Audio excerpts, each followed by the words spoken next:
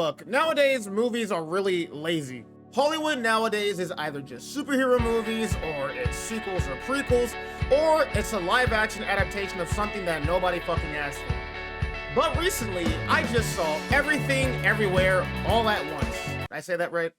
Two niggas named Daniel directed this movie, and only that, it's distributed by A24, so you're probably not gonna see it too many times in theaters, so if you have the chance to see it, go see it now before it's taken off. So, for this review, we'll start off with some pros, then we'll get to some cons, and then at the end, I'll give my thoughts on the movie, if it's worth seeing or not, and then give it an overall score. With that out of the way, my name is Arbiter, and this is my review for Everything, Everywhere, All at Once.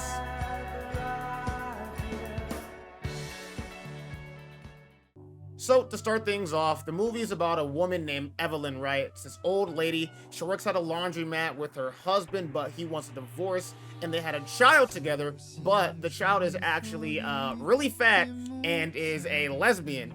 And to make matters worse, Evelyn's father is not proud of the decisions that she has made throughout her lifetime. But after being sued by the IRS, shit hits the fan when an agent from the multiverse warns Evelyn of an evil named Jubo Tupaki, who threatens to destroy the universe as we know it. So, Evelyn has to learn how to verse jump, which is taking different aspects of herself from different realities and using those skills and techniques to not only save her family, but to save the multiverse before it's too late. Now, before I say anything else about this movie, I have to say the cast for this movie is absolutely phenomenal. The lead actress for this film, Michelle Yeoh, is just so good at what she does. For a movie this weird, and I'll get into that later, for a movie this weird, she does such a good job being so energetic and charismatic throughout the entire film. Ki-Hoo Kwan plays the father and is my favorite character in the movie, and Stephanie Hsu plays the daughter and the antagonist of the movie. Also, Ping from Kung Fu Panda is in this movie as well, so a little bit of an Easter egg for you there. Mostly Asian cast, which is awesome, but there's a lot of different people in this movie that just come together in this culmination of just such a wonderful and lovable cast of characters. Now, let's get to my favorite part of the movie, and that is the story. Oh my god, the story in this movie is some of the most batshit, mind-boggling, and straight-up most creative stories I've ever seen in Hollywood. I love the duality between the main character Evelyn and the antagonist Tupac Jubaki. You see, Evelyn just wants to vibe and be with her family. Meanwhile, the main antagonist Tupac Jubaki is trying to reset the entire universe because, at the grand scheme of things, due to how insignificant we are as people, nothing really matters. So, she creates a bagel. A goddamn bagel! In an attempt to kill herself since she's seen everything, she's done everything, and I love the fact that this mother and daughter relationship is such a huge presence in the movie. Because when you really think about it, right, all Jubaki wants to do is find someone that understands them, and that can be so relatable to so many different people, no matter what multiverse you come from.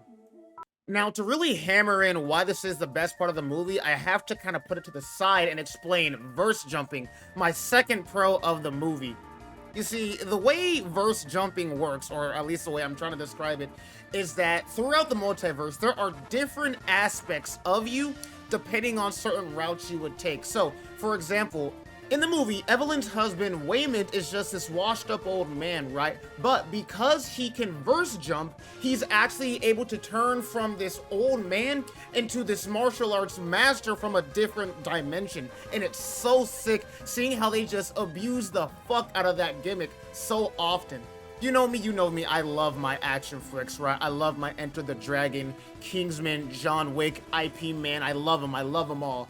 And using verse jumping, they're able to actually put in a lot of sick action sequences into this movie. I'm telling you, if you're an action fan, you're gonna love this movie.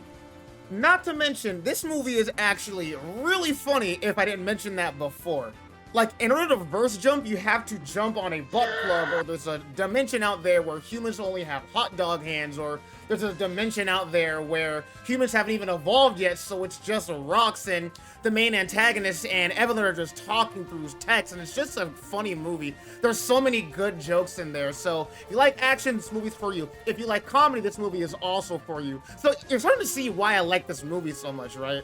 But more importantly, verse jumping gives us a perspective of choices, and this is what makes Everything Everywhere All at Once such a phenomenal movie. This is what makes it special. You see, because Evelyn can verse jump, right, she's able to live and see different lives she could have lived in. For example, if she didn't marry her husband, she would have been a famous actress, or she would have been a famous singer, right? And there are scenes where Evelyn is questioning, man, what if I didn't marry my husband? I want to live that life. So not only is Evelyn battling with, the IRS and her husband and her family, right? She also is trying to question, is this what I want, right? What's more important? Trying to live out this world where I'm this or I'm that, or is my family more important? And it's such a heartwarming film because we can all relate to that. And that's all my pros with the movie. Now let's get to some cons.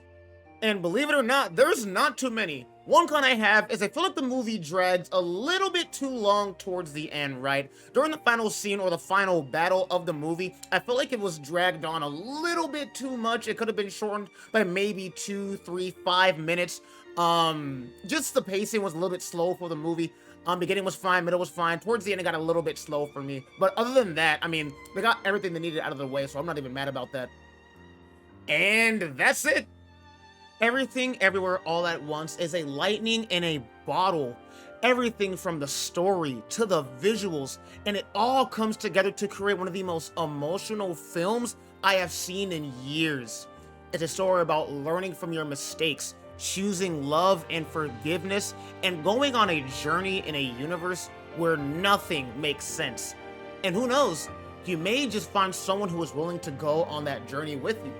It's well written, well directed, funny, action-packed, and for that, I'm gonna give Everything Everywhere All at Once a certified A+ for being one of the best films I have seen in probably 2 years. Please do yourself a favor and go see this movie right now if you have the chance, or wait for it to come out on Amazon or HBO Max or wherever the hell this movie's gonna come out. You just have to see it, please. I'm begging you. I will pay you to see it. I will pay for you to see this goddamn movie. But that's all the time I have for today. Guys, my name is Arbiter Skyward. If you like these videos, please like, subscribe, tell a friend. And hey, who knows, maybe I'll do more movie reviews or even more reviews like this in the future. But until next time, this is your boy Arbiter signing out. Peace out, everybody.